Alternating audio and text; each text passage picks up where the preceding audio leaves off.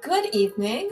Welcome to the fourth qualifier for a Link to the Past Randomizer SGL tournament that's going to come up in November.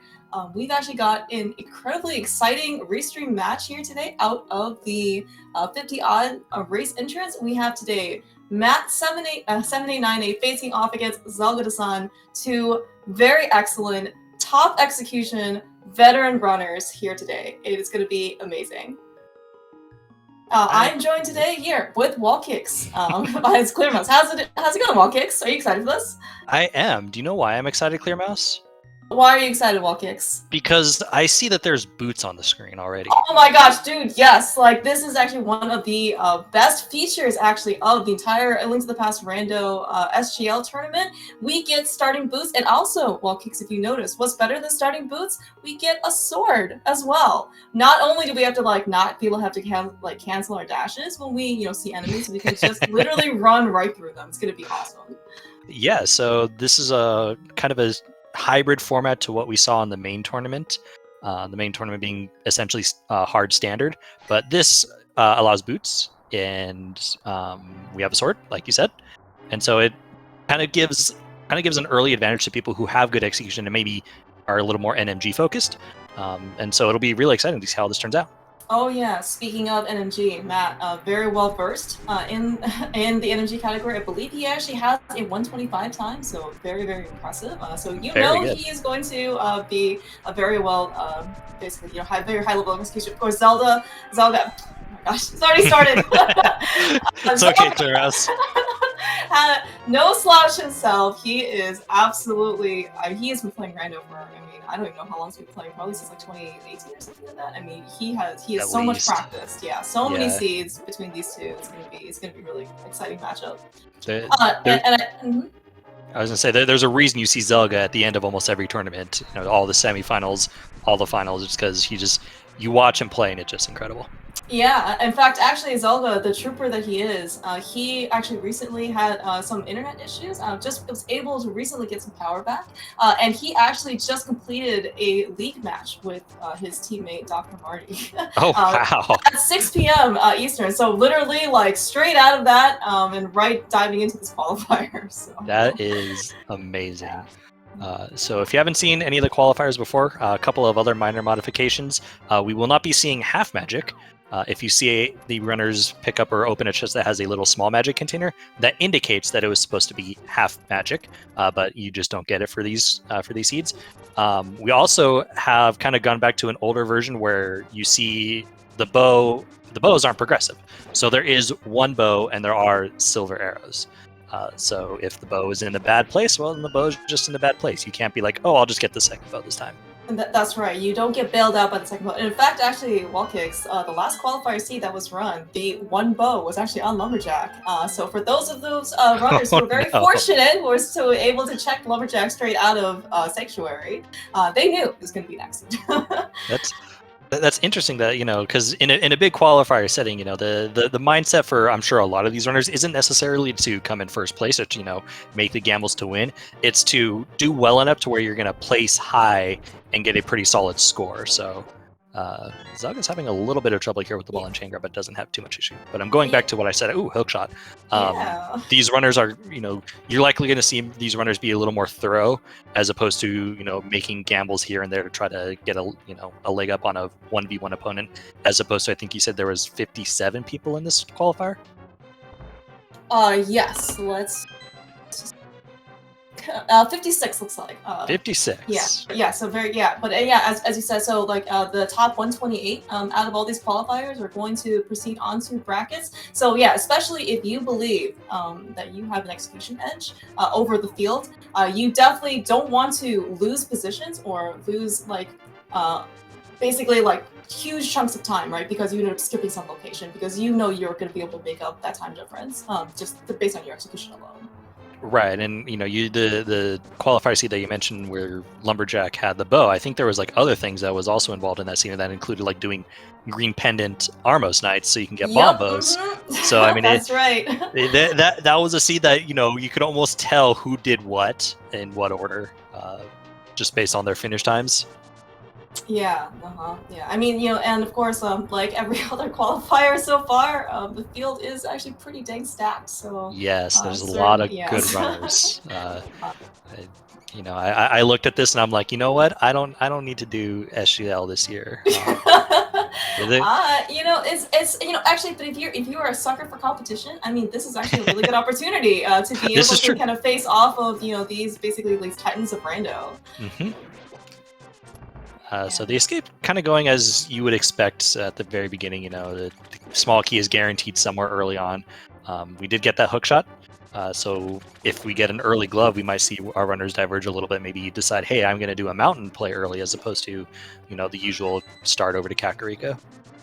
Yeah, I believe specifically the hookshot does probably give some runners some peace of mind. I do believe that with boots, some people are probably more versed in some boots tech that specifically lets them go through, say, like large gaps, right? So being able to see that hookshot kind of negates potentially that advantage that they have. Did you say potentially we might be going up the mountain?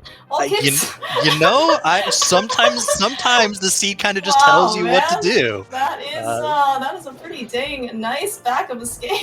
I know. And another thing that we also got was blue mail, which is the only mail upgrade that we will see this seed. There will not be any red mail. At least I don't think there's any red mail. You are absolutely correct. Yes, there is. So there are two items that are, two armors that are placed in the pool, but of course only one of them is going to show up. Zelga, looking at this is very excellent counting from him. He realized that he did not find the map. Very confidently ended up skipping Sanctuary Chest. It's true. We saw a map check, and I think we had a pendant desert, but I How admittedly the was heck? looking away Yeah, how at the heck did you the catch 1 that? second. The crazy thing, I was even like slightly looking away, so I might be wrong. Wow, silvers. That's hey. Yeah, talk about not progressive bows. That's right. So Mhm. we did not find an early bow. We found early silvers, and we ended up seeing that our quiver does change, and is much shinier than before. But we can't use any of those arrows until we end up finding the actual bow. Ooh, that's a very nice Wow, tree pull. yeah, that That's is a got to really be nice tier people. 2, right? Like I don't think that's tier Yeah. 3. Mhm.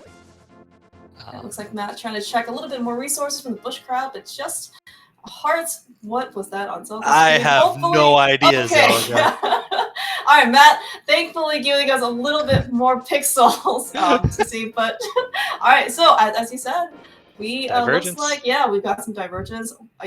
Maybe Zelda is channeling the Phoenix Rice Sprite because that's what you said. Wall kicks, and he is immediately going up the mountain. I mean, it's an interesting play. So obviously this is kind of where the items are leading a little bit, but at the same time, we don't have access to Tower of Hera at the moment. And so, with that being a crystal, usually you kind of want to go up the mountain when you have the ability to clear Hera potentially. So Zelga's taking a little bit of a risk here, but with it being this early in the seed, it's not going to be that big of an advantage one way or the other, unless he picks up, like, say, the flute, and he can do Kakariko in one trip and also activate his flute at the same time. Mm-hmm. Yeah, anything that you would potentially can try and bundle up and be more efficient. Yeah, it's definitely. And it looks like actually Zelka's going to take a little bit more dip, probably looking inside Spectacle Rock, and taking a peek to what's on top of the mountain. I actually wondered if he was just considering to rescue Old Man, just get that saving quick point, but looks like he is willing to at least go up. Yeah, that was another potential possibility, but speaking of the flute, I was sitting not on Zelga's side, but on Matt's side. I was gonna say, like, did you actually see what was inside Spectral Rock? Like, Zelga's way too fast. He's that's how good Zelga is, that he can process the item before we even see it. Yeah. But that flute again just leads more to the idea that there's going to be something here on East Death Mountain, because that puts everything that Zelga is doing into logic, even though Zelga doesn't actually have the flute. Yeah, and so certainly from Zelga's perspective, because he doesn't have the flute, he knows that this is potentially out of logic, and Matt just also confirmed that the lamp is also on Kakariko. so that's like almost like a double pointer up to something. There's something up here. Yeah, I would imagine we're gonna get. I'm going to guess a Moon Pearl.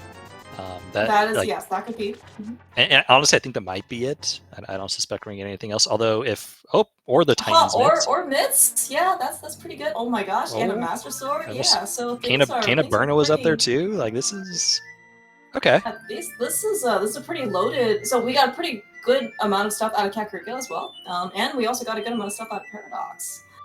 Zelga, how did Zelga not fall there? That was pretty crazy. Like he was starting to fall and then stopped himself. So one of the things that is gonna potentially be decent for Matt, although it depends on whether Matt finds the Moon Pearl, is that if Matt finds the Moon Pearl, say here in the Kakariko area, when he goes to East Death Mountain, he's gonna get his mitts and have this Moon Pearl. He's gonna be able to do Hookshot Cave, Super Bunny Cave, and check the medallion for Turtle Rock, something that Zelga is not going to be able to do. Yeah, and but no, on, that's it's also very likely that I think that Matt maybe, comes up the mountain, after doing these Kakariko checks, though. Yeah, and it's also possible, like there are other traditional routes that people like to take, South Shore, right, into Mini Muldorm Cave. Especially Matt, actually looks like he has almost 400 rupees. So, but if he ends up getting maybe a little bit more money, there is the Zora area, right? We can, because with boots, we can water walk or water dash over, and make these flipper checks, a lot more palatable. Mm-hmm. And Zelga is just choosing to follow the items with mitts and boots to get you access into King's Tomb very nicely. Not worth it, but peace of mind. Yeah, I mean, early mitts, certainly going to be really nice. And now, of course, Zelga is really gunning for that Moon Pearl because that would be our Dark World access. Of course, Hammer's also good too. Hammer's going to give us a lot more accessibility. But really without the Moon Pearl, we can't really do much more in the Dark World for the time being. Nope. And it looks like Matt is going to kind of be a little bit more thorough, kind of how we talked about earlier. I'm going to maybe clear out some South Shore checks, hoping to potentially pick up something that would help him clear out Tower of Hera. Just because, again, like Zelga didn't have access to Hera. Matt, at this point, doesn't have access to Tower of Hera. Yeah, I guess I'm curious to see what, and actually speaking of, so like, I think Matt is also kind of hoping that he's going to end up finding some money here. It is, because, and as you said, wall kicks, like, if the runners can somehow basically combine more things, right? So if Matt, let's say, ends up finding a Moon Pearl somewhere, before a mountain, right? He can combine a lot of things. I mean, a mountain trip is surprisingly expensive, right? It's at least a minute up there to just get back, right? And man, okay, these 5-item caves, they're pretty dang good. Oh, that was a Cane of Samaria there on Matt's side. So the seed already looking pretty kind to our runners. Early Cane of Samaria, even though it's kind of used for late game stuff, I mean, you really like to see it. There are a couple of little time advantages you can get with the cane, but I mean, when people really like to see it before Ice Palace, that is probably like one of the biggest things. It can save you so much time.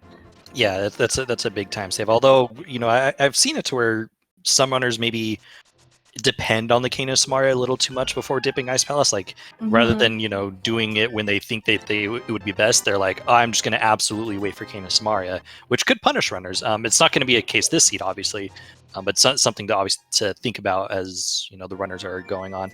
Was well, Matt is inching towards that 500 rupee count, but looks like he is not willing to wait any longer. Yeah, I think it's totally reasonable. He's cleared out the big item dense areas because all he has left, I think that's on not on the mountain at this point, is Agina's Cave, Ice Rod Cave, yeah. Eastern Palace without the bow, and Eastern Palace without the bow is bad. That is correct, especially when it's a crystal. I mean, so I think some runners are willing to at least like take a peek in when it's a pendant, but if it's a crystal, said, you really want to be able to try and clear out the whole dungeon if you can. And of course, with a non-progressive bow, because without silvers, we cannot actually clear out Armos, or at least get. We can clear out Armos, we just can't get there. I guess with non-progressive bows, that would almost change the value of Eastern Palace a little bit, especially if you just in your mind you're going in thinking, okay, I'm not going to find this one bow until late. Okay, was that actually? That was the single arrow. Okay. That's right. Okay. Thank you, Matt. Yes, thank you, Matt. We appreciate the fact that you actually give us like a much better view of everything. But what I was saying earlier is, with only one bow in the item pool, it might actually make the idea of going into Eastern Palace without the bow a little better. Just because maybe the chances of there being that bow in Eastern is lower than if there are two bows in the pool.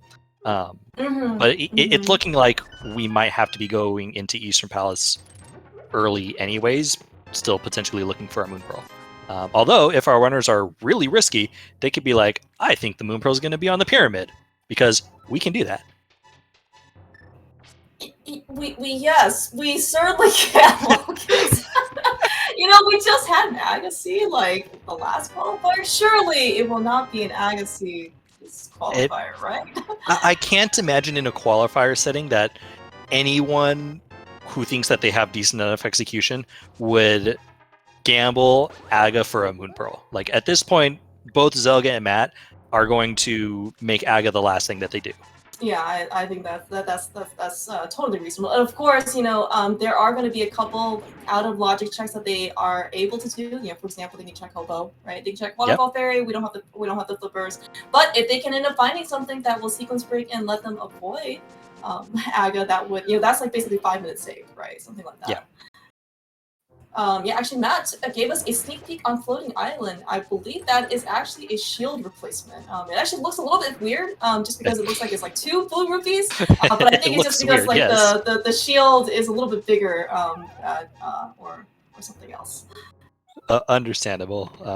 I'm sure Zelga saw it, and he just was so fast for us that we didn't catch it when he did it. Oh yeah, that's true. Zelga is way too fast for these item checks. So you're seeing, let's see, it seems like both runners kind of finished around the same time. So, you know, if you're wondering if there are any like slight advantages to certain routing aspects, you know, Zelga went straight from the mountain, went straight to the mountain, while Matt did Kakariko, and yet they're both basically have filled out the same amount of checks at the same amount of time. Zelga might even be coming out a couple seconds ahead. Yeah, and Zelga here. What? Okay. He actually has some good knowledge here. The starting price is 20 rupees. He is really eyeing for that 500 rupees. Matt, it actually looks like he just made it out past the 500 mark. So he looks like there's both runners. You see Zelga kind of hugging that edge, setting up his water walk here. Probably going to stun a crab and then. Well, he's gonna miss the first time and then get it. We'll probably end up wanting to stun a couple extra things because right now he's at exactly 500. And it looks like he's going to set up a different kind of water walk. So what he's going to do is he's going to ensure that he gets his fake flipper, and he'll probably go to Hobo from here. And then when he jumps down from Hobo, he'll be doing his running state like Matt will be doing right now, and he'll take that all the way over to the Zora area. Yeah, and it's certainly possible. Well, I guess we're going to see what Matt's going to choose to do. Like, so some runners just choose to end up not checking Hobo, just like where Matt is taking a peek on the island, which is nothing of value, at least for these runners.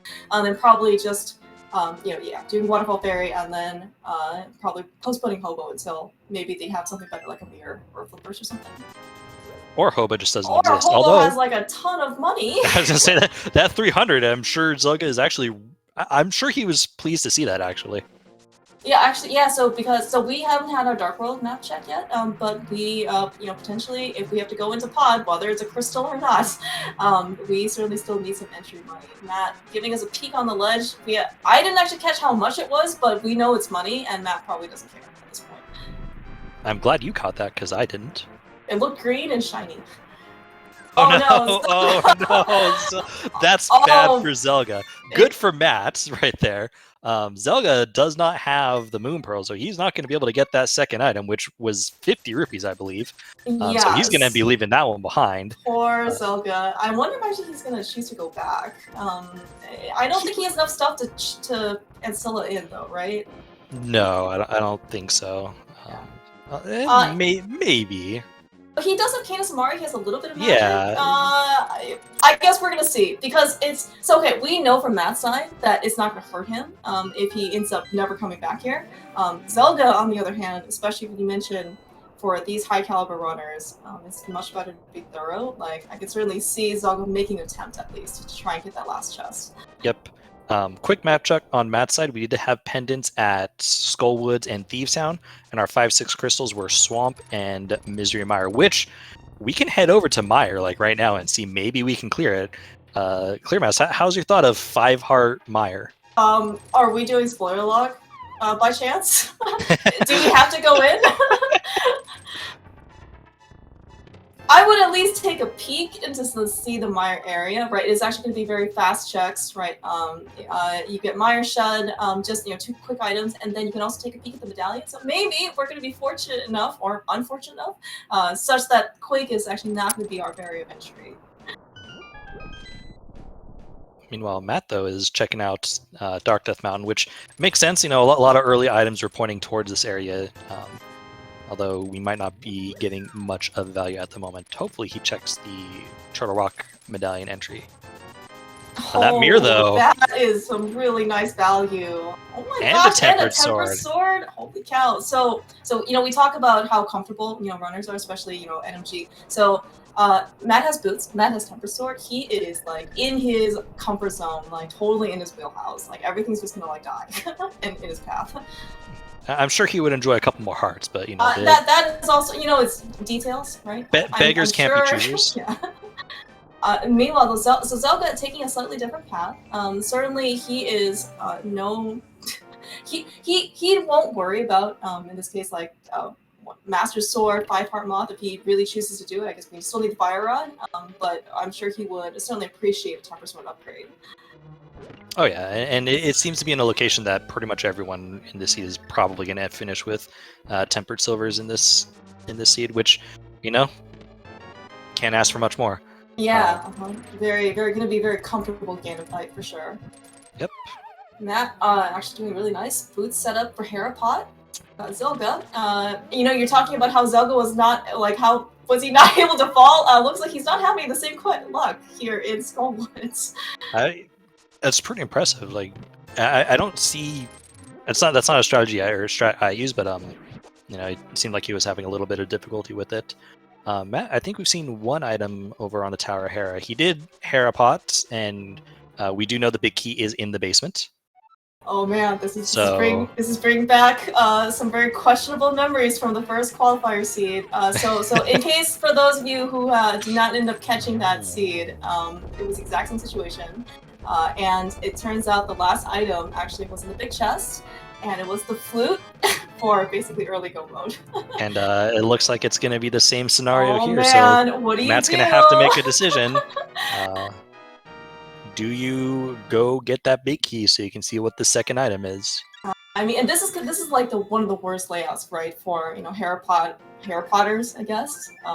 Because not only is the key in the basement, right? You have to basically sit through the whole tile room animation, right? You have to basically Hera Pot yourself up another time, so it's like almost doing the dungeon twice. Yeah. Matt's choosing no. Yeah, he's saying no. All right, so let's hope for some not PRNG in this case, and he won't get punished in this case. I'm pretty sure PRNG isn't applicable after a day. Okay, that sounds good. I did see that on Zelga's side this time. That was a heart piece on Bumper Cave. Thank you, Zelga. We appreciate you actually taking some more time just showing us a couple more pixels of these items.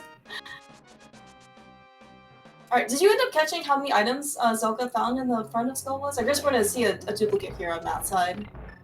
Somewhere between 0 and 2. Okay, thank you. That is, I believe that is a technically correct answer. He got at least one. I'm pretty sure the big chest was 20 rupees. Okay. Right, but like you said, Matt will confirm that for us because he is a kind individual. Okay, looks like we have a book out of Village of Outcasts. Not quite sure that's what you want to see right now, but it's at least still early, so we do have some potential options if you want to go check tablets. And of course, on Matt's side, right, because he has a mirror, he can actually check a lot more. So shoutouts to the big chest not having 20 rupees, like I said, and having a map instead. Okay, so we found the compass in the vanilla Vicky chest, and we found a map. Great. The value of Skullwoods here, really proving its worth. Really showing off right now. I have counted at least one item, though, on Zelga's side in Thieves Town. So that one I am sure of, because I saw it. Okay, alright. Continuing to not find items so far, we found a key. Found another key. Oh dear. Alright, it's going to be kind of sad if both items are going to be the back. Oh my god. Both items are in fact in the back. All right, Dude, well. that is sad. my 0 to 2 prediction It's was still correct. correct. Looks like Matt, maybe, I'm not sure if he ended up forgetting where he ended up dropping in, but I think he wanted to go back to one of the entrances. Yeah. Little unfortunate there. Zelga in the front of the east end, not picking up anything of value. Did pick up Was it couple only one bombs. item? Okay. Two. There were Okay. 3 bombs and the red meringue. Did not see the first chest, so I don't know if there were 3. But Okay. definitely 2. Yeah, and you know, the fact that Skullwoods and Thiefstown are both pendants, I mean, you really, you know, don't want to commit to anything. I mean, it's not like you really could commit to much in Skullwoods just because we don't have the fire rod yet, but you know, it's very, very common for you to at least take a peek into the front 4 of these, and then you know, keep going. Yeah, we are still missing a hammer. That's going to be probably one of the next biggest things that we're looking for. Zelda ended up digging up a heart container. So among some of the slight variations of what a quote-unquote like a harder or fewer safeties, there are exactly 2 heart containers placed plus the sync heart. Everything else is going to be heart pieces in order to get us up to 14. Oh, interesting. That is actually not a change I was aware of. Yeah, I think the idea is that you're trying to slow down the number of hearts that you get as you keep going. So you know, try to put a little bit more value into those heart pieces. Fair enough. So Matt is kind of taking advantage a little bit of his mirror. He chose to do North Dark World. Got an out-of-the-way graveyard ledge check, which was nothing, but again, the peace of mind of knowing you don't have to worry about that is fine. Zelga's took the Smith and is doing the South Dark World check. Unfortunately, without that mirror, though, he's not going to be able to do some of the things that Matt is doing right now. Yeah, no, we're talking about efficiency. Matt actually ended up finding some flippers, so this might incentivize him to go check Hobo at some point. It'll make the Hobo check really easy because you don't have to come from where he was. You can almost just mirror from the Dark World at this point. We still need to get over there at some point. A hammer would be super nice here in Hype Cave. Yeah, Zelda. I mean, yeah. he tried the tech where if you're doing the swag chest turn that the item's going to be better. It didn't work. I guess at least he has a flute to turn in that mushroom. I guess I'm kind of curious to see. It looks like Zelda. Well, I don't know if he's gonna save some of this mushroom, but he does have the Cane of Samaria. It is gonna be an option, but he doesn't have the mirror, so never mind. Like getting to match bat in order to fake powders would be. That's a fire rod on Matt's side. It is. Yeah. So Matt's making all the right calls. I feel like Matt has been more following the items that he has as opposed to Zelga's just doing, what you would normally expect in, trying to be thorough in that you do everything that's around you. Matt was like, okay, I've got mitts, I've got hookshot with the Moon Pearl. Like, let me go up to Dark Death Mountain. Oh, I've got the mirror. Now let's take this, mirror over to the Mire area. Although with the book you could have gotten into desert anyways, but the Mire area also had flippers. So it seems like Matt at this point is following items, and that seems to be the way to go this seed. Yeah, and actually, because Matt ended up following that mirror, he ended up not going even into Village of Outcasts at all. So from his perspective, maybe he'll just never have to see that book. Maybe, and I mean, what I think what you're kind of seeing from Matt is that he's kind of grouping checks together. So like the Village of Outcasts is all one big area, but he stopped at Graveyard Ledge, which is a natural stopping point of a route, and he said, okay, let's go to a new group of items. In this case, Mire Desert. Thinking maybe he could get into Mire. Turns out he can't because Mire is Bombos. Yeah, and interesting actually that looks like Matt didn't end up finding. He just found the fire rod in the front. So potentially here, Lambos is gonna have the second item. It is also green pendant, so presumably Matt is gonna finish this up, go back to his portal. Because he has the mirror, he can go check checkerboard, and then Agina. So it's actually gonna be very efficient from Matt here. Yep, and it looks like Zelga's gonna head over to Dark Death Mountain. So pick up his mirror. Feel probably a little bit bad knowing that this is something that he probably should have had earlier. Because now he has isolated things like K45, like Checkerboard Cave. So there's a couple of small areas that Zelga need to double back to. Yeah, the overworld south checks when he did Smith's Chain is not going to be a feels good moment. Especially if it has, say, like the hammer. Yeah. Matt though ended up so we did find 20 rupees. I believe that is actually our 4th sword. So early swords, pretty nice. Yeah, that's always some good information to have. But that is already 2 dungeons done for Matt. So in 28 minutes in, even if one of them's a pendant, that's a pretty good time so far. Yeah, and he does have the flute for what it's worth in order to, if he wants to go over real quick over to Sahashala, it's possible he can try and combine this if he goes over to Pod. We would really like that bow or a hammer for that matter. Hopefully have one of those two, It is certainly will come to nobody's surprise if we end up finding one of those items in Pod itself. But it's not something that we would prefer. Yep. So Matt's doing something that we haven't actually seen from either runner. That is a Sphere 1 location or Sphere 0, depending on how you decide to turn. But a Guinness Cave, so maybe this could have something important, like a Bombos medallion. No. Typical. Darn it. Yeah, I tried. Tried. I know. We'll have to just try and you know what, Wall Kicks, don't waste your energy on like something like Bombos. Try and give them the ice rod. That is like one of the worst items. The ice rod is one of the most elusive items that we have to find. It's just in Turtle Rock today. It's okay. Okay. That's what a lot of runners were hoping for last qualifier. It didn't quite work out in that case. Didn't work out, unfortunately. Zelda taking advantage of the book. Looks like either tablet is no value. Unfortunate, because that was one of the few things that Zelga has that Matt doesn't, and could have, in this obviously isn't a 1v1 with 56 runners total, but in our view, we're looking at a 1v1, and that could have been something that gave Zelga a little bit of advantage in this particular matchup. Now, of course, Matt actually having the fire rod. I mean, I don't know if he's willing to go back to Pendant Skull Woods at this point. We know that there are 2 items in the back, but with the mirror also, there is potential here for a pet check. It's kind of unlikely in my opinion, but maybe, right? One thing to consider, Matt already has Pendant Desert done. We're in Pendant Thieves Town right now, and there are 2 known items in the back of Pendant Skull Woods. It's not unreasonable to think that Matt might consider a pedestal play here. One of the things that we need to look for in Thieves Town, if Matt continues, is where is the small key? Because it's not in the front 4. So if it's not in Blind Cell, then Thieves Town is hammerlocked. And we would then know that it's not potentially a hammer on pet seed. All right, Matt, though, looks like with that mirror, he's noping out. So it is interesting though. Like, so he ended up finding clippers in Myershed, right? We do have the mirror. We do have we could dip into technically the second chest of Swamp. that would actually be a pretty reasonable play from Matt's perspective, considering he's probably also going to pick up the Smith and take Purple Chest all the way over to. As well. Yeah. Because so he'll be able to do Purple Chest, Bombo's Tablet, and at that point, it's probably a pretty good idea to also do First Chest Swamp Palace.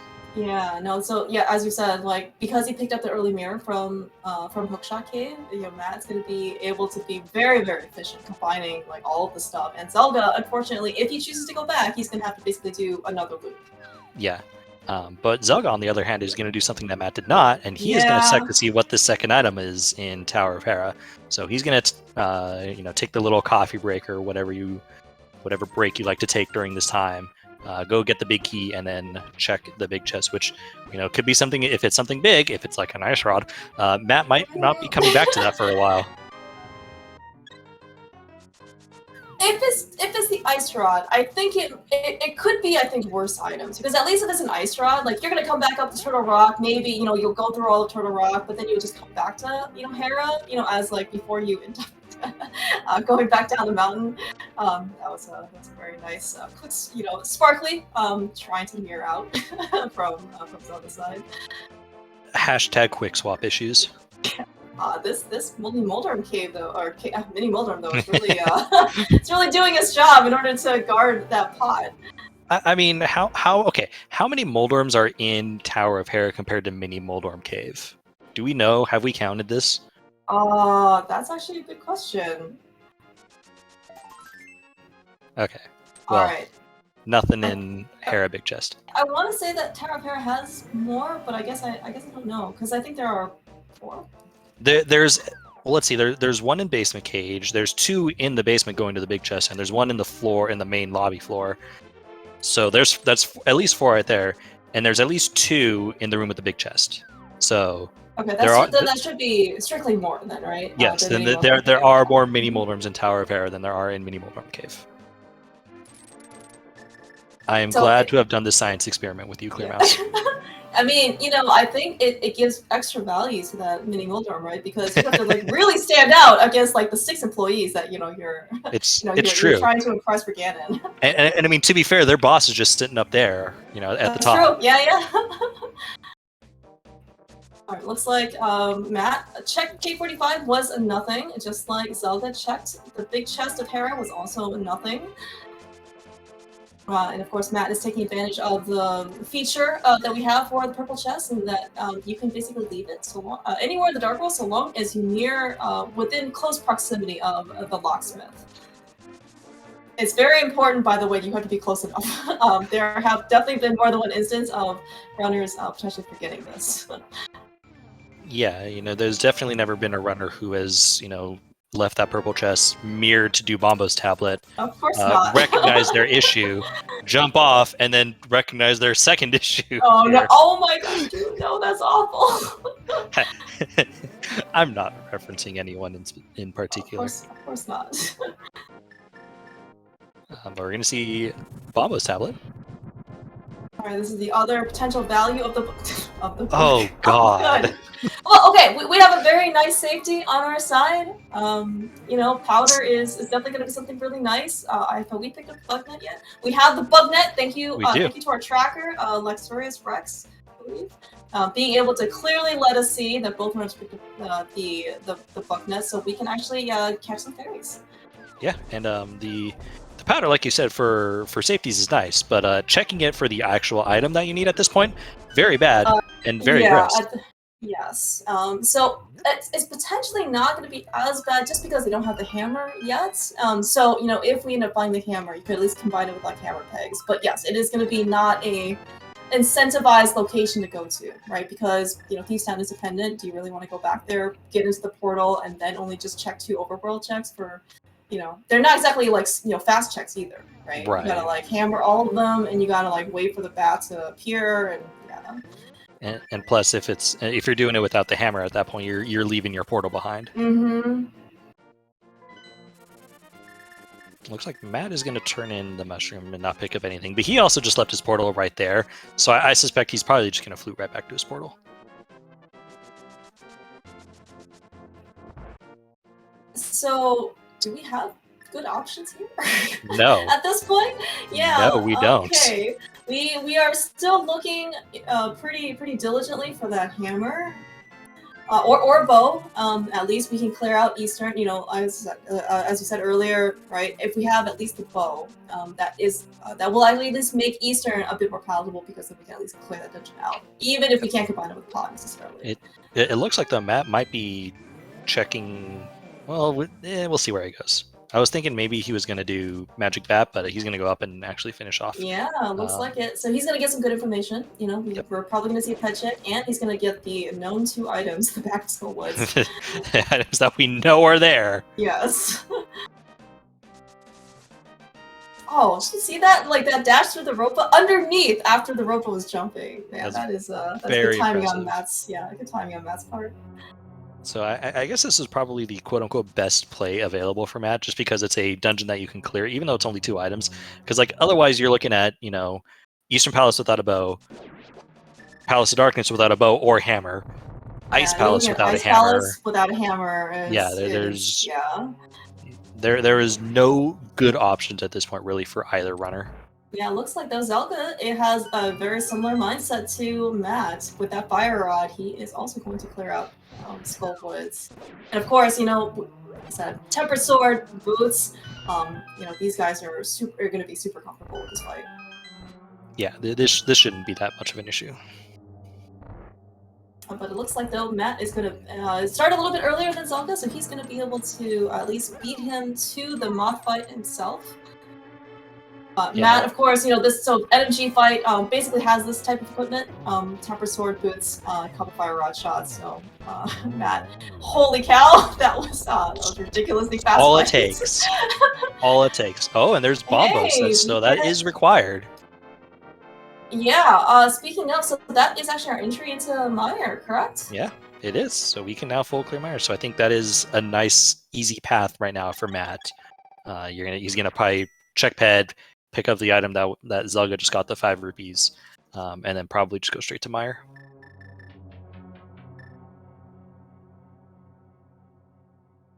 Finally, we have a crystal dungeon that we can actually complete. After how many pendant dungeons we had to go through?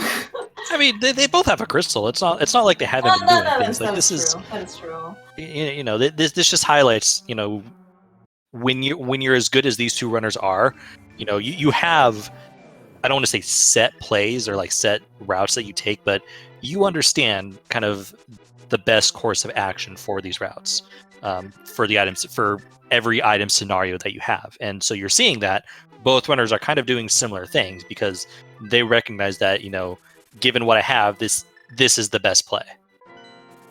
Yeah, so we did see on Matt's side confirmed that the remaining pendants are not going to be useful. So I was wondering so if they end up diving and I guess finishing up Thieves Town, I can certainly see if they decided to basically I guess a bit early if Clyde has the item, for example.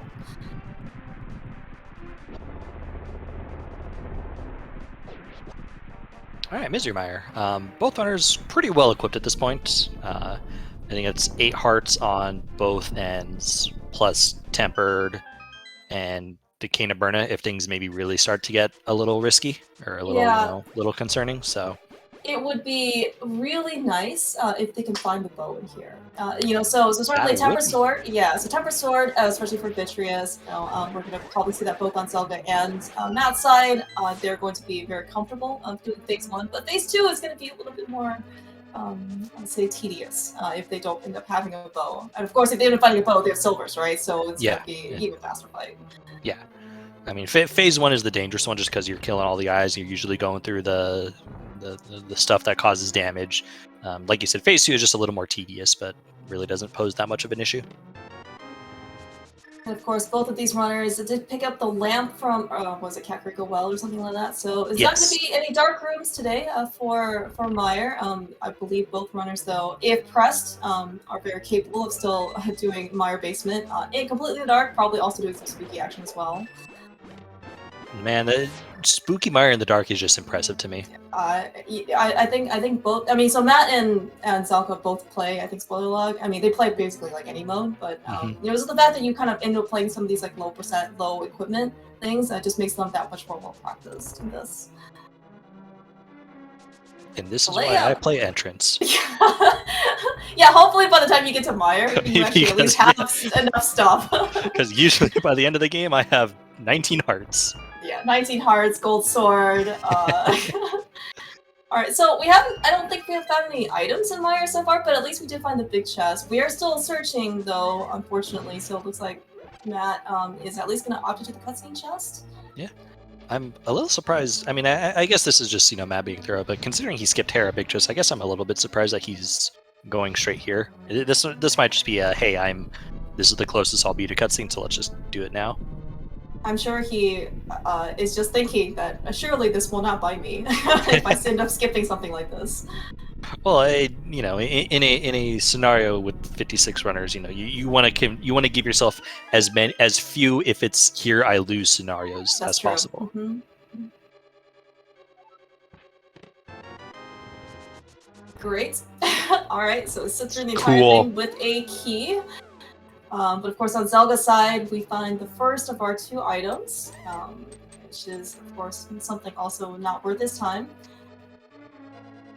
So I guess I'm curious to see if Zelga, if he ends up not finding the second item here on the right side, if he'll just go basically straight to Vitreous, or he'll go back basically to cutscene chest. I suspect he'll go straight to Vidi.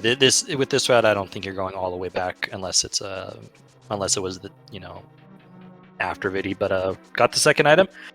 So 10 whole rupees in this dungeon? Yeah, not all the value. Why did we have to search all the way when these Stalfos are just dropping 5 rupees for us? I know, right? So actually, this is gonna be just because of the Meyer difference in routing. It's actually Zelga's gonna save a little bit of time over Matt because Matt opted to, in this case, go through cutscene chest. And I mean, on some level, it just highlights how slow cutscene chess actually is. It's it's actually quite amazing. I mean, it's like it does feel slow, but it's like when you actually like time it, it's actually surprisingly slower than you might expect. And it looks like Zelga's gonna try to keep Spooky going. Did take hit, but I think he should be fine. Yeah, you see that very slight pause, right? Even though I don't think we have this audio, you can see that just because the screen paused very slightly means that it ended up basically activating the switch. Very smooth walking Spooky on the second screen, and all of a sudden we're here. one more switch hit for the road. I assume. Oh no, he doesn't have powder. Never mind. I was gonna say like so because Matt, Matt actually has powder, so he doesn't have any damage taken. But if he did, this is definitely a time where you can powder the anti-fairy. This is gonna be scary because I don't think that's enough magic for Zelga. All right, well, he has a red potion. Okay, that's not terrible. That might have been the worst lightning shot from Vidya that I've ever seen. It's like you're supposed to aim towards Phoenix Wright. He's totally looking at Phoenix Wright, and then that lightning just went into an entirely different area. All right, so you can see that Matt is pretty well versed in phase 1, but that actually he's got to get that because that's not good. Ended up taking out all those little eyeballs, pretty quickly using some textbook MG strats, and just gonna spin in this case to take down phase 2. I was growing a little concerned because it was clear the burner was going to run out before the big eye was dead, and he was sitting in there where he would have started taking damage. But both runners completing it quite nicely. Matt's fight just a little bit faster than Zelga's, who was able to make up a little bit of the time that he lost in the dungeon by doing cutscene chest. Yeah. So Meyer came up totally empty. Where are we going? Like literally, like we got bombos out of Skull Woods, of course. We did see what's required, but it's like, what like we're kind of back to the original situation of where's our next piece of progression. We're still hammerless at this point. And that's really gross. Zelga, because he hasn't done Graveyard Ledges, is going to go north. I'm not sure what direction Matt is going to take. He might head south. Yeah, is this going to be like a hammer pegs powder? Combo, well, can't do hammer pegs. Oh, that's right, because we still don't have the hammer. Did I just say that like 5 seconds ago? It's okay. This is why we're commentating. This is why we're not running. Right. Yeah, it looks like Matt is just going to head over, probably do Catfish into Pod and maybe check Pyramid. Which, that checks out. Yeah, I guess I'm kind of curious to see if Zelga will choose to do the same thing. If he is already over here at Graveyard Ledge, certainly would not be unreasonable for him to hop over. Yeah, I suspect both runners are basically just going to be kind of following each other and covering each other's tracks for a little while, which is a great opportunity to say, hey, give these runners a follow because holy heck, are they really good at what they do. Yeah, you see, they haven't even really taken like a breather for anything that they've done so far. Have they even bonked? Unintentionally. Like, I mean, that's a purposeful bonk from Matt, right? Yeah, but I mean, that bonk is there for a reason. Although I guess if you're not mirroring, like, do you really need to do the bonk right there? Like that's entirely muscle memory. I guess that's a good question because I thought it kind of like reset the camera, so it kind of let you move just slightly faster. Maybe I don't know. I am not the NMG person. We should ask somebody. Let's ask Matt. Yeah, that's fair. Zelga though is going to actually use that mirror because he left a chest in Waterfall Fairy. That's right. Oh, that is an excellent point. Oh, that is good for Zelga. At least remember. I'm sure this chest was just like gnawing on the back of his mind. Oh, but for us, of course, yeah. This has absolutely been a oh god, please let this not be the answer. Okay, so we found a lot of blue rupees and green rupees so far. It's nothing on Pyramid, so it looks like Pod's going to be potentially our answer. Yeah, this is going to be Pod, probably Mirror, turn in Green Pendant. Oh, right, yeah, that's right. And Matt, of course, remembering that he has not checked Topo yet. But as you said, yeah, you mentioned this earlier, Wall Kicks, with the flippers and Mirror, it's going to be a much faster way to get to Hobo than what Zelga ended up doing earlier. Yeah, so this is really good on Matt's part in terms of efficient routing. But Yeah, it looks like they're going to be early- heading. Looks like they're going to almost be heading into the pod area at the same time. Although I guess Zelga's got to go to the pyramids, and Matt's still going to come out ahead on this a little bit. Yeah, no, Matt finding that early mirror on in Hookshot Cave has just basically, he's just been able to be so much more efficient with his routing. But again, not to say that Zelga hasn't, because I mean, you look at these runners have done the exact same thing at this point, and they're maybe 25 seconds apart. Yeah, no, I mean, it's sometimes just, I would say, a little bit difficult to appreciate just how good these guys are, because you're putting two like top tier runners next to each other, so it's like you really they need a bit more, like, I would say, a comparison point to really showcase how good they are. But I mean, this is like just like top tier execution. Definitely, and I mean, if you're interested, I mean, there's a bunch of other runners who just as much have top tier execution. Oh yeah, they're all in this. Yeah, this race, by the way, is pretty dang stacked. Like there are so many good runners here. Yeah, so would not surprise me if you see these runners finish top 5, top 10. Is Zelga not done back of? Yeah, I guess he hasn't been back here yet. It didn't even occur to me. Yeah, I guess he, so Zelga, of course, is a very, I would say, vocal proponent of doing Eastern with everything that he needs. Certainly, I guess, not being over here as a Hashula earlier, at least with Zelga, is probably not unreasonable. To answer chat, so Zelga was water walking into the waterfall fairy, did not have the moon pearl, and the left chest that he picked up was a heart piece, which gave him a new heart. So he brought him from like 4 to 5. When that happens, you lose your water walk state, and so you jump back into fake flipper.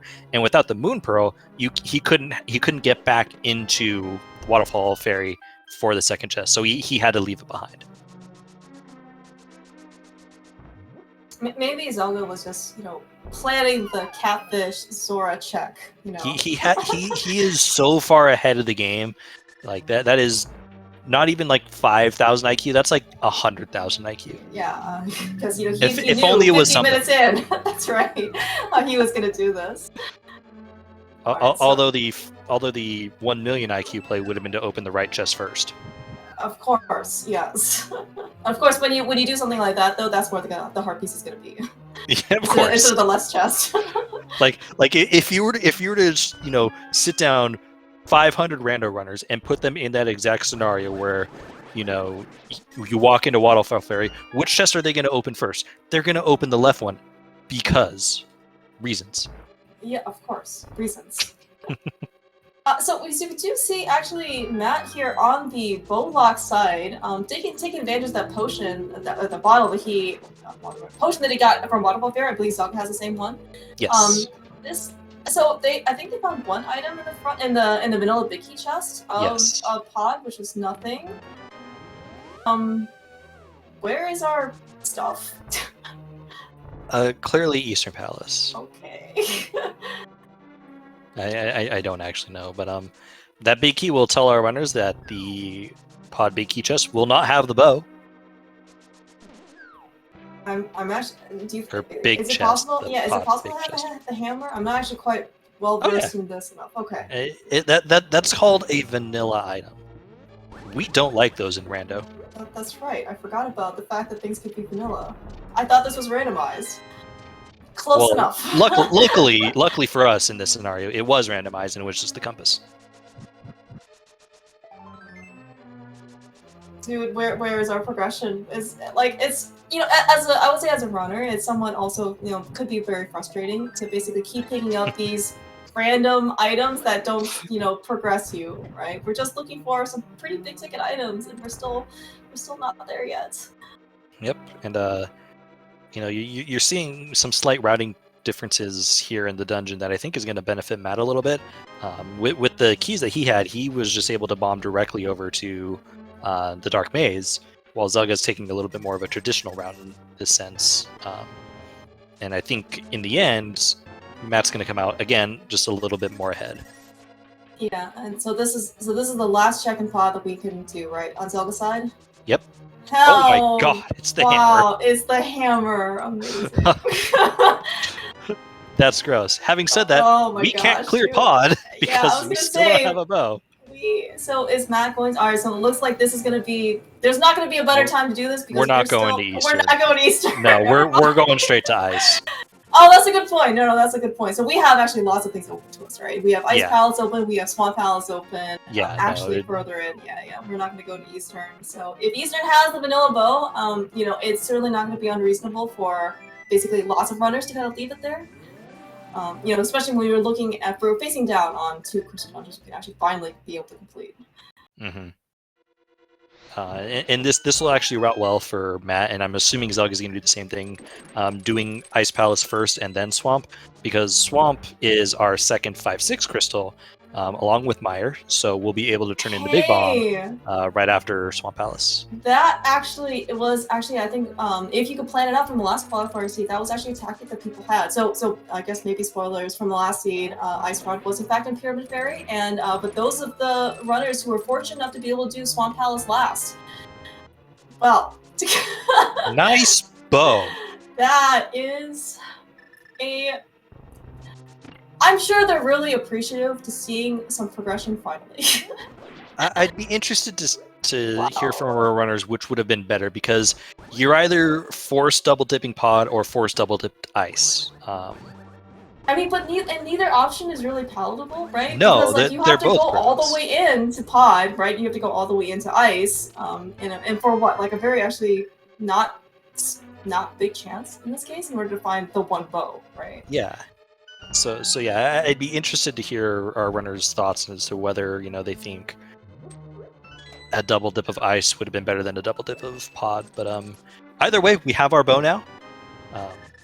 2 items already in Ice Palace, so that's nice. Yeah, I was gonna say this potentially could be a good item layout. Of course, the ideal case is we end up finding an item soonish, so like a freezer chest, or actually, do we get the big key? I guess I don't remember it. But the point is, we don't want to go to Ice Tea. Right. I guess one thing to consider, which I'm going to go back into my conversation of would you have preferred to have double dipped ice or pod, is that the way this Ice Palace laid out has happened so far. Had you come in here without the hammer and ice break like Matt did, you would have been stopped at the small key door, because because it was only a compass, right? Yeah, it was the bow, like the 3 bombs, and like a compass. The point is, they weren't small keys, so.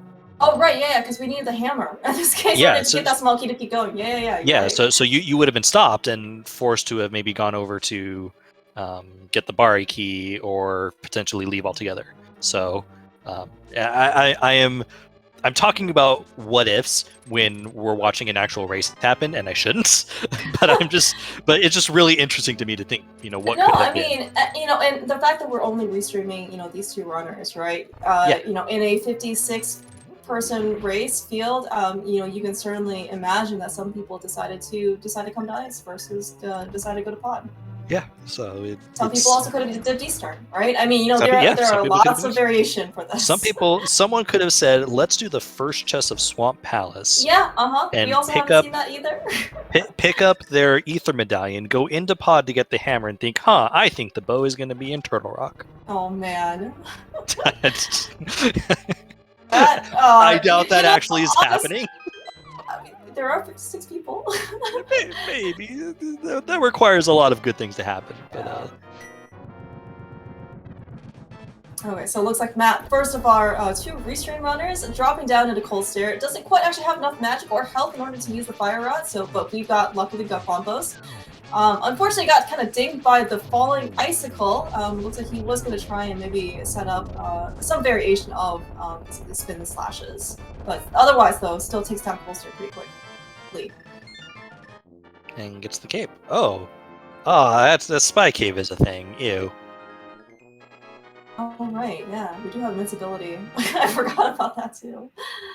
We did have Berta pretty early on, but I guess I'm not sure. I guess we did have a bottle pretty early. Well, I mean, but still, with the hammer being as late as it was, that's what spy cave anytime soon. But it just, I forgot that was a possibility until that cape appeared. All right, so it looks like with the all right, we're going back to This is pod. yeah. This is going to be the Potty Sinclair. Kind of interesting, you know. Oh right, yeah, because we have the bow. I for we some have reason the just bow expected, now. yeah, I for some reason just expected Matt to go over to Swamp Palace. But this also I think is a very reasonable play, just because you know that you have to end up clearing everything. If you could put off the decision of left side swamp and basically never have to make that decision, that is certainly to your advantage. Yep, definitely reasonable. So yeah, both these runners are just gonna, again, just kind of follow in each other's paths. You know, this is a tight race between these two. I mean, they're on the same screen right now.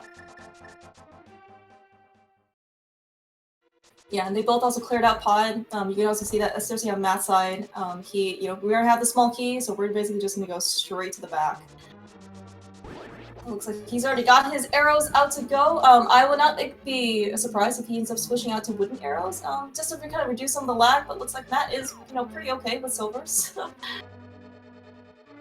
I'd be curious, like, as someone who is not big on NMG or whatever, that like how much time difference there is between using a silver versus using a regular arrow. That is also a good question. Let's ask Matt after this. We're just gonna ask Matt all of the questions. We got to come up with questions for Zelga. That's true. But I guess we have like at least a couple, I don't know, 20 minutes or so with the seed. I guess it depends on kind of how long this ice rod hunt takes. Zelga, what is it like having internet again? Oh, that's Zelga. How does it feel to do back-to-back seeds for this? Oh, actually, this is actually going to be potentially also a good break for Zelga. I believe actually, and maybe Shady or Dr. Marty can correct me in chat if I'm mistaken, but I think the boots were in GT in their co-op all dungeon seed, which probably was not the fastest way in order to go fast. No, unfortunately. So for Zelga, going from a seed that was essentially no boots the entire time to always having boots, probably a breath of fresh air. Yeah, unfortunately, we actually did see that the sword beams tried to get in Zelga's way. I think some of them maybe just a tiny bit. But yeah, both of them are in the Helmet Sword fight. Don't need to do anything fancy. We've got Temper Sword. Just gotta take 17 hammer hits, and then oh yeah, we almost have silver arrows too. Hardest fight in the game. Yeah, it looks like Zelga's just going to opt to slash him 4 times instead of the one silver arrow. Certainly very reasonable. Of course, Matt just gets a 10 arrow refill, so it's like as if nothing's happened for his inventory. Yeah, and I mean, Zelga is creeping up on Matt right now. I mean, there's a 5-second difference between them right now, and that wasn't a 5-second difference on the way to pod. So I think Zelga is slowly creeping up on Matt and could potentially pass him as early here in Eastern Palace. But that's, again, not to say Matt is still amazing at execution. Don't get me wrong. Matt has a 125 and NG type. Yes, there is it's not possible I think to have a bad execution without. Zelga doesn't. Clearly, exactly. I don't actually know what Zelga's an empty time. That's actually a good question too. I think maybe Zelga has done I want to say under 10 NMG attempts or something like that. I mean, so hooray, he's like me. Well, I mean, his execution though has been so tempered from Rando though. He really I'm sure he'll do very well if he actually just puts out the time. NMG, but I mean, he's just so clean for right Did now. you intentionally use the word tempered there? Yeah, I actually could not think of a better word at the time. I was staring at the temper sword, and I was like, well, I guess that's what I'm going to say now. Have we found anything good so far in Eastern? No, we've seen at least one item, but nothing of note. I mean, we're looking for 2 things at this point. We're looking for Ice Rod, we're looking for Ether. We would really like to be able to see Ice Rod show up first. Ideally. Because, you would always really love to, answer the question, is the Ice Rod in Turtle Rock? Well, let's see. What do we have left amongst our runners that essentially aren't dungeons at this point? We have Pyramid Fairy. I'm thinking. That's it. Yeah, because we've already done some of the more tedious checks. Right, we've been to Catfish. Yeah. We've been to Graveyard Ledge. We did take a peek on Bepper Cave, and we saw that it was nothing. I mean, each runner individually has a few more overall checks that aren't just Pyramid Fairy, but collectively we have everything that's in dungeons and Pyramid Fairy. So. Yeah, right. I mean, Zelda and Matt have both, I would say, like, they've done like 95% of the, of each one of those checks, right? But I think like Matt doesn't have Harrow Basement, for example. Yeah. And I don't think Zelda has like K45, right? Just because they ended up getting this like K45 purple chest. Yeah. Although I guess Magic Bat might be another thing that. Oh yeah, that's right. Yeah. So we don't have Magic Bat, we don't have Hammer Pegs, basically and we don't have Spike Cave, for example. Hammer locked things. This is kind of the issue with the Lake Hammer, right? Is that all of these like hammer checks are kind of scattered throughout the world, and it is not convenient because you really want to be efficient, right? You don't want to try and go to the different corners of the world again in order to make these checks again.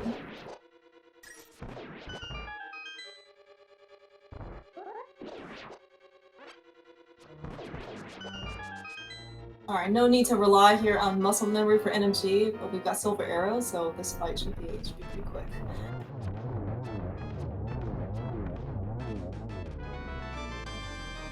Alright, so Pod Eastern coming up pretty empty, at least the second trip. We did get, a hammer out of Pod? Yeah, the hammer out of Pod. That's all we've gotten in this area. Alright, so I guess we're going to Swamp. Oh yeah, and we have the back of Thieves Town. That's also a thing. Back of Thieves Town doesn't exist. Well, that's what we would all like to think. Certainly, very this is kind of like the next chain of logical piece of progression. We have another fully clearable crystal dungeon to our name. And as you said, Wallkicks, right after we clear out Swamp Palace, we have a pretty convenient path up to Pyramid Fairy. So I guess maybe the main question is going to be, if they don't find what they're looking for within the first, 4 checks or something in Swamp, are they going to opt to do left side? Yeah, I mean, keep in mind, like, we don't even have access to Turtle Rock at the moment. So, like, for all our talk of, we want to find the Ice Route as well. We still got to get into Turtle Rock. We don't even have the ability to do that right now. I suspect we'll find that here in Swamp Palace. Yeah, right. I mean, it's very common, I guess, to be able to find the medallion entry, and then, of course, because it opens up more things, right? Ice Ride only locks exactly one thing, which is Trinex, versus Ether, which locks, 5 checks in Turtle Rock or something like that. So, Swamp Palace, this is a dungeon in The Legend of Zelda: Link to the Past. Clear Mouse, take it away. Yeah, we are going to see whether or not the people who decided to dip the first chest of Swamp Palace are going to be rewarded. It looks like no. No, so, they in this case, it looks like it was just going to be a slight time sink. Now, it's certainly very reasonable for runners in order to at least just go directly to the back. I would not be surprised to see if either Matt or Zelka decides to just do left side immediately. And the main question is going to be whether or not, where they find the big key. Because if, let's say, Argus drops the big key, right, you're going to have to come back anyway. So you might try and hedge your bets. It might also depend on what these first 2 items are. So we saw the heart piece in the first chest. I assume both runners will check the south chest next, and if that's also an item, then I suspect both runners will probably go north and do left side afterwards, just because you have the low possibility, but the possibility nonetheless of map and compass being left side. Oh yeah, that is very true. It real feels bad when you do left side first, and you're like, oh my gosh, dude. Yeah. That is the worst feeling that you can come up with. So 2 items so far. So I suspect we're gonna go to the back first. Yeah, and that was actually sank hard because we did see a full heart refill on Matt's side. And of course, the big key can also be self-locking in this particular case. Yes, it can.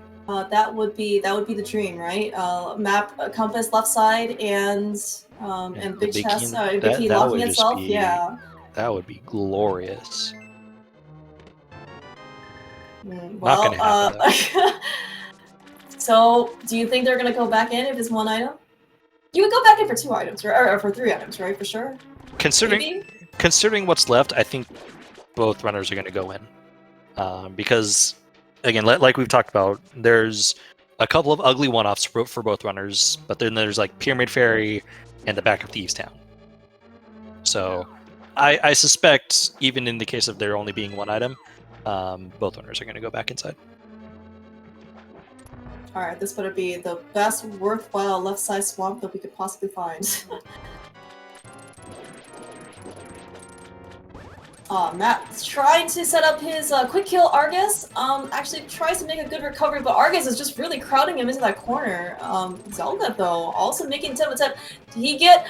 Almost got the 1 cycle. Or the 0 cycle, man. He got the empty cycle. Unfortunately, just could not make timing. Holy cow! This is a decision. What do you do? Okay, this is. No. Do you go back and do you go up to Turtle Rock? Okay. My gosh, dude. In a qualifier setting, I'm going back in. In a qualifier setting, I am not risking losing so much time to left side swamp. If it's a 1v1, I'm out. Goodbye. All right, Matt and Zelda have opted to choose to not do left side swamp for that 1 item. So let's hope that Ice Rod is not there. All right, so Zelda's gonna check bomb top. He's gonna pick up his powder. Matt's gonna do Pyramid Fairy. Pyramid Fairy. So he's gonna go straight to Turtle Rock after this. Okay, so you think that in this case we're just gonna abandon basically hammer pegs and powder? Yes. Man, where are these items, man? You just I called it early that Ice Rod was just gonna be sitting. That's true. That's true. You did bless them in this case, Wall Kicks. We really want to be able to see that item into a rock, especially where all these guys are going.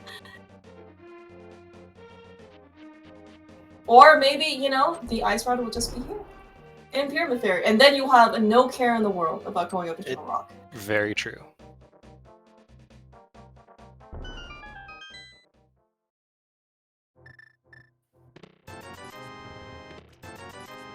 So close to that. So I believe Matt was also a participant of the last qualifier series where Ice Rod was in Pyramid Fairy. I believe that his sword slash was indicator of how he felt about Ice Rod not being there. I'd believe it. But Matt's not going straight to Turtle Rock. I am surprised by this. All right. So maybe this is just trying to be more thorough. I mean, so the mountain is pretty committive, right? As in, like, once you're up there, you don't want to come back down. So if this is going to be something fast or fast enough. So this is him doing hammer pegs as opposed to hammer pegs and magic bat. Mm-hmm.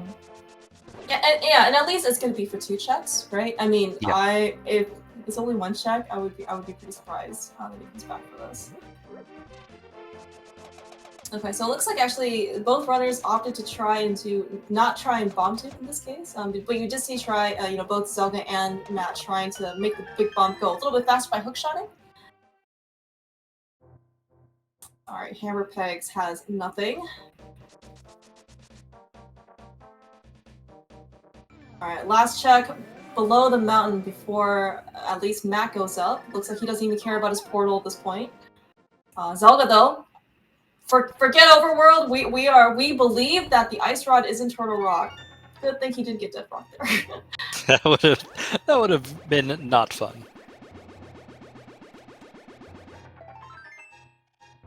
Not Magic Bat either. So yeah, Mountain time for both. Turtle Rock time for both. Yeah, so it looks like Zelda is going to have probably almost a full mountain trip up, basically over Matt, right? Yep.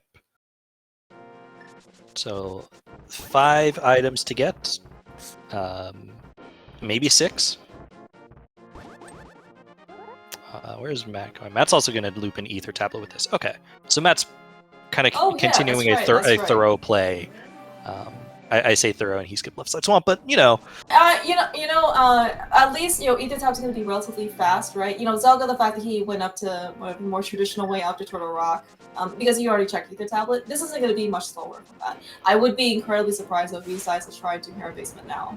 You're not doing Hera Basement at this point. Like that might be your first play after if Yeah, so yeah, maybe Ice Hera Rod Basement is and in Spike here. Cave. Yeah. Mhm. Yeah, Hera Basement and Spike Cave, and then maybe like then you go back at these, and then you finish with Left Side Swamp at that point because you're losing your portal. What? Yeah. Well, what else? What else do you have left to do? Not much, but you like if the Ice Rod isn't here, you prioritize non-mirror checks, which would mean for Matt, like you said, Hera Basement, Spike Cave, Back of Thieves. For Zelga, I think it might just be Back of Thieves. Oh, and Spike Cave. And Spike Cave. That's right. All right, we are looking into Turtle Rock. So.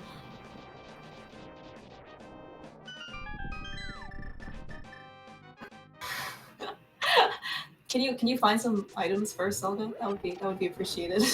No.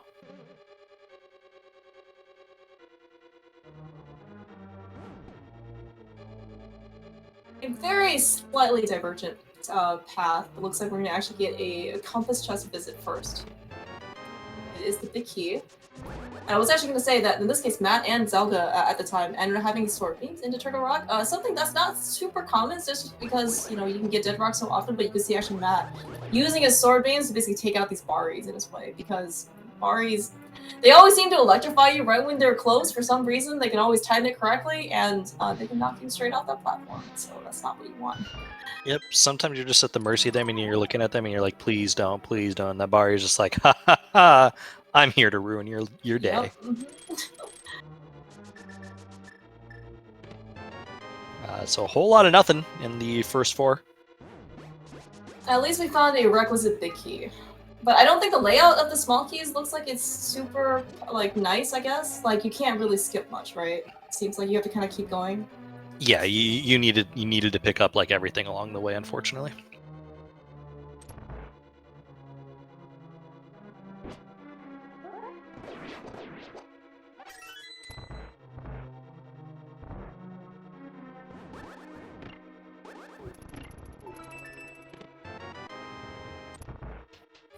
So Chomps is, I'm sure, one of the most beloved rooms, especially for NMG runners. You can see basically how comfortable both Matt and Zelda are with those rooms. Yeah, the only time in the game that they appear, and boy, are they annoying to deal with. At least, luckily though, both these runners are picking up blue mail, so it's not going to hit as hard if you're on green mail, because I think Chomps do 4 hearts, and at least it'll only be 3. And it looks like they actually have Oh, that was perfect on wow. Zelga's. That is what you love to see. The RNG guards in your favor when both the pokies just come straight at you.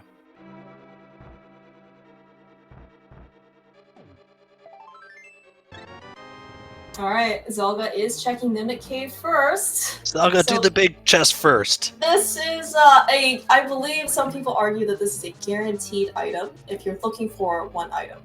As opposed to the big chest, which could not also be an item. Of course, this is a not worthwhile item. Like, yes, it is faster to do this first than go back for the big chest. But if it's on the big chest, you just saved yourself like 25 seconds. I just go to where the items are, right, Wallkicks? Oh. I was ready to pop off right there, and I would have scalded Zelga so badly. But he was right, I was wrong, as per the norm. I mean, see, Matt's doing race, it right. No, for this particular race, we're gonna believe in Phoenix Wright, and there we are. You are correct, Ballcakes. I guess Phoenix Wright minds think alike. The ice rod is indeed in Turtle Rock. Not quite the normal laser bridge, I guess, option that we traditionally see, but close enough, right?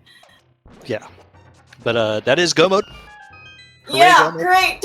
We're finally on our 9th dungeon or something like that, and we're finally ready to go mode here. I mean, this overall was timing-wise, I would say what you would call a pretty normal time for a seed like this. We're going to be looking to finish probably in the mid to upper 120s. Key in the first chest, beautiful. Don't need to worry about anything else. Yeah. Equipment-wise, we're not getting anything. We have both of our bottles. I think there's only 2 bottles in this mode, right? Correct. Yes, and actually Yeah. they both come empty. You actually see that both runners ended up trying to like get some freebies from like the waterfall, for example. Yeah. So 2 bottles, blue mail, tempered sword, 11 hearts. We're good. We're not doing anything. We're not getting anything else. Yeah. I mean, you put temper sword, in these runners' hands. They are super comfortable. Some really nice backdoor strats, for example, on Zelda's side. Even quick swapping over. Doesn't even need a pause buffer in this case to switch over. Who pauses? No, I'm just kidding. Those of you who are not blessed with quick swap, of course. Yeah, really nice fight on Zelda's side, of course. Very fast. Phase 2 Trinix as well. We're not even gonna care about this particular item that, or if that, yeah. Okay, so with finally our 7th crystal completed on Zelda's side, we are ready to head off to GT. So I don't actually think that we have an official bot, I guess, running, but certainly feel free to put your guesses in chat for between 1 and 22. Which chest is gonna have our big key in. Clear Mouse, where is our big key today? I would, oh man, for how much these guys have done, I would like to see it pretty early. So let's say Hope Room. All right. So like 2, 3, 2. Okay. I was gonna say probably either Stalfos or Compass Room. Okay. So in one of the 4 item areas that isn't Random Room, because Random Room's a little bit deeper. Yeah, and I'm trying to actually remember it's which Matt, be path, careful. I guess. Oh my gosh, dude, Matt. And he doesn't have a fairy either, right? I guess none of them ended up catching anything. So yeah, that would have been a very feels bad moment if ended up taking a death there. All right, Zelda decides to opt to right side first. Does not find a small key, so we are heading over to Stalfos Room. Okay, well now I hope for Zelga's sake that it's in Stalfos Room and not Compass Room. And not Compass Room, yes. Did you see that like smooth hook speed off of Trinex? Like those so stairs? Beautiful. Yeah.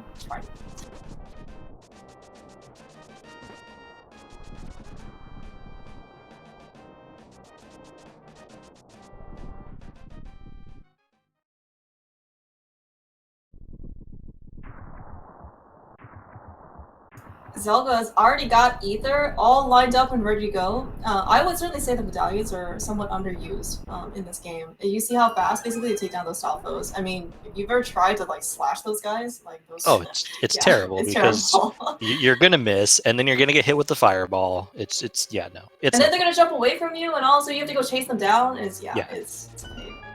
Matt, though, interesting route divergence. All right, so he's going to go left first. So this is going to guarantee him a small key when he goes over to the right. So if, in this case, the big key is inside, in fact, in Compass Room, Matt is potentially going to overtake Zelda in this case. If not, though, Zelda's going to, I guess, like further extend his lead. Yeah, because I think I don't suspect many runners would take this and go full right. I mean, it's a route, but it is. But I would be very like it is definitely not something that you commonly see. Right.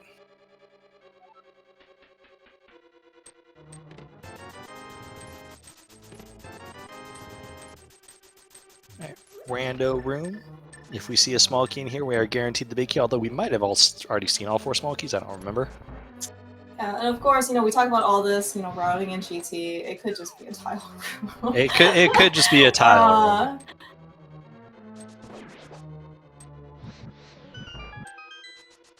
All right, Matt's gonna give us a couple more checks relatively soon.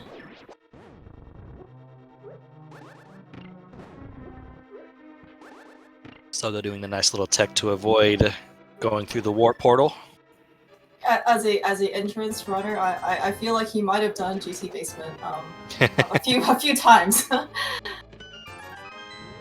All right, it is not a Compass Room. Zelga has confirmed that it is actually right above Ice Armos. So in this case, yeah, Zelga is going to further kind of extend his lead.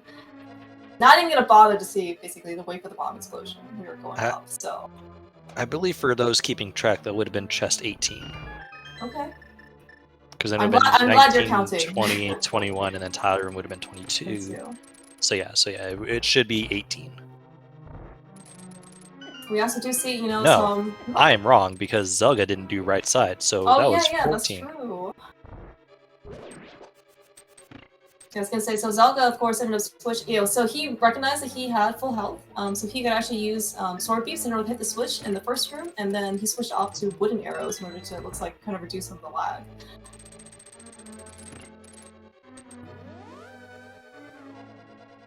Almost being able to. Oh no, poor Zelga. Almost being able to get through the cannonball chest room.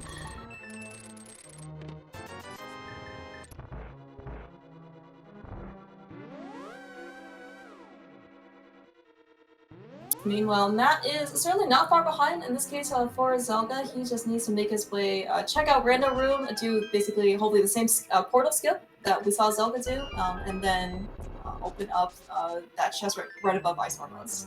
And then he is ready to climb the tower. Yep. Yeah, Zelga is like tearing up the gauntlet though. Gotta watch his health a little bit. Looks like he's gonna pick up, might get some health here. Looks like nope, he's just gonna go right on. Which, you know what? Fair. You're done with the most dangerous part of GT for the most part. The rest of this should be pretty trivial in terms of damage. So I can't imagine Zelga's gonna have any issue. Yeah, and you know, of course, with the powder, it's pretty common, you know, to basically powder like the antivirus right before a Molten 2, right in that room, so you can get full health basically going into Act 2. All right, Matt found his big key. We're going up.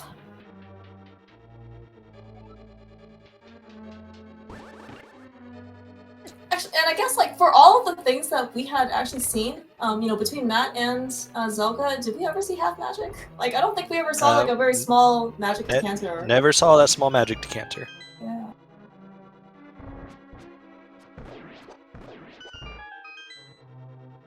Nice little strat from Matt there on Mimics 2.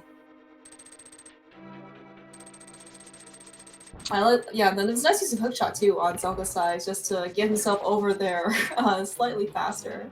Of course, not even going to be able to, you know, not even needing in this case to check the mini helpless rooms. Yep. Matt, meanwhile, getting that dash through the cannonball room, very nicely done. You can tell Matt is an NG runner. Yeah, that is NMG skill showing off right there. Mm-hmm.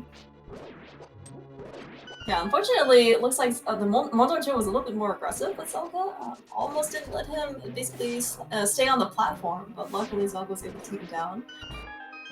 Alright, we are, one real and two fake wizards away from being able to take down Ganon. Hopefully the patterners are going to be at least somewhat kind to let us not have too many cycles here for attitude. Yep. One thing I didn't notice is that Matt used up a little bit of magic. Because he did right side, so his magic isn't as high. But with silvers, you know, you're still gonna use silvers for land mode too. Yeah, yeah. Everyone's got their, I guess, their separate setups or something. I mean, I think you either get all three or you get like 0, or maybe you get like 1 or something like that, just because of how fast the silver arrows end up moving, or how not fast silver arrows move in this case. That is. Aga 2 down for Zelga. On to this fight where we attack Ganon. Something like that, yeah. So do you think Zelga, with all of his experience, is able to take down Ganon with Temper Sword and Silvers? Not sure.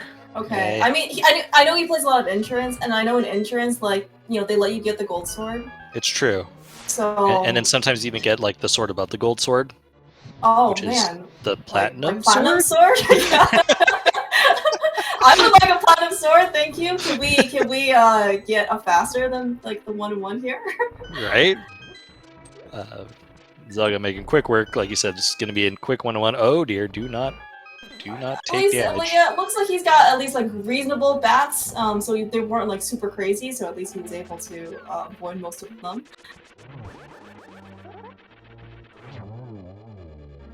But yeah, already on to, you know, Zelga did, of course, a very nice job for in order to get to phase 3 very quickly, so just has to not fall. Let Ganon stand still for a bit, and then we are 4 silver arrows away from Zelda finishing. 1 silver arrow. He even gets Torch Glitch with the Fire Rod. And that's gonna do it. So GG's to Zelda-san. GG, yeah, to Zelda. Very nice, very well played, executed throughout.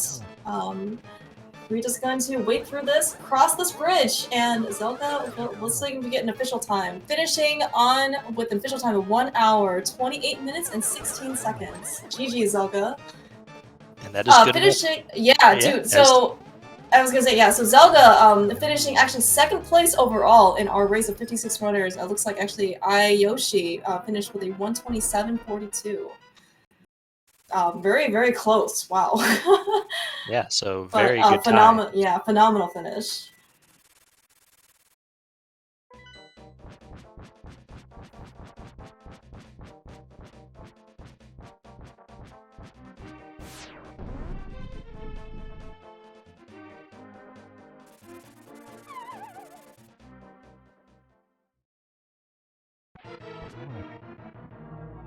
Now Matt's turn to take on Ganon.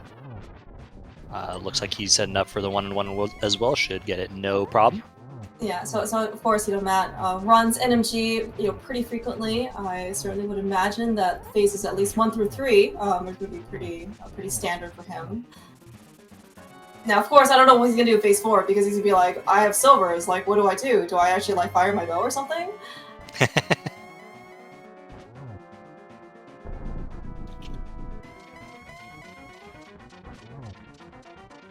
And we will have Zelda in here momentarily, but we're gonna also wait for Matt as well. Yeah, Matt is super close to finishing. I think it looks like it was just like a Ganon fight away difference between Zelda and Matt. Pretty much. I mean, Zelda kind of jumped ahead of Matt when Matt decided to be a little more thorough before going up to GT, and then the GT routing gave Zelda a little bit more of a buffer, so to speak. But again, this is qualifying, not a 1v1. So GG's now for Matt, who's going to finish with a great time as well.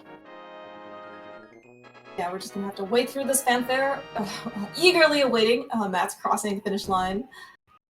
All right, looks like official time of 1 hour, 30 minutes, and 25 seconds. 3rd place, actually, in this race. I mean, these are phenomenal finishes by these 2 runners. Holy cow.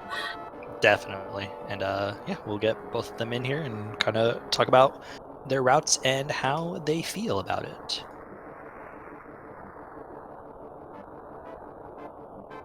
So this was an excellent race, by the way. Heck yeah. Do you see how well these 2 guys played? Yeah, sure. And we are joined by our racers, Matt and Zelda. GG's, guys. GG's, guys. Very well played. Yo, GG's. Thank you very much. Thanks. GG's. And 3rd place finishes. Amazing. Yes, 2nd and 3rd. That was really good. So Zelda, I'll probably start with you. You chose early on after Escape to go up the mountain. Kind of talk to us about, was that maybe trying to be aggressive, or was that just sort of following the items initially? I was mostly following the items. Like, I felt like, if you can get just one extra piece going to town, like get a flute, get a bottle, a little bit of extra money, don't have to worry about bottle vendor, just something. Felt like, we got all the stuff, let's just go up the mountain and see if we can get some extra stuff on our way to town. It was nice getting the mitts, but it did mean I was really late to the mirror in my mind, so that felt a little bad at the end. Yeah, that was one of the things that differentiated you two, because Matt, you chose to go Kakariko, and you were a little bit more conservative before heading up the mountain, so you were able to pick up. Although you neither of you got the moon pearl before going up the mountain, so I guess, but Matt chose to go basically directly back to the mountain. So Matt, kind of talk to us about how your routing kind of led you maybe to a little bit of an earlier mirror.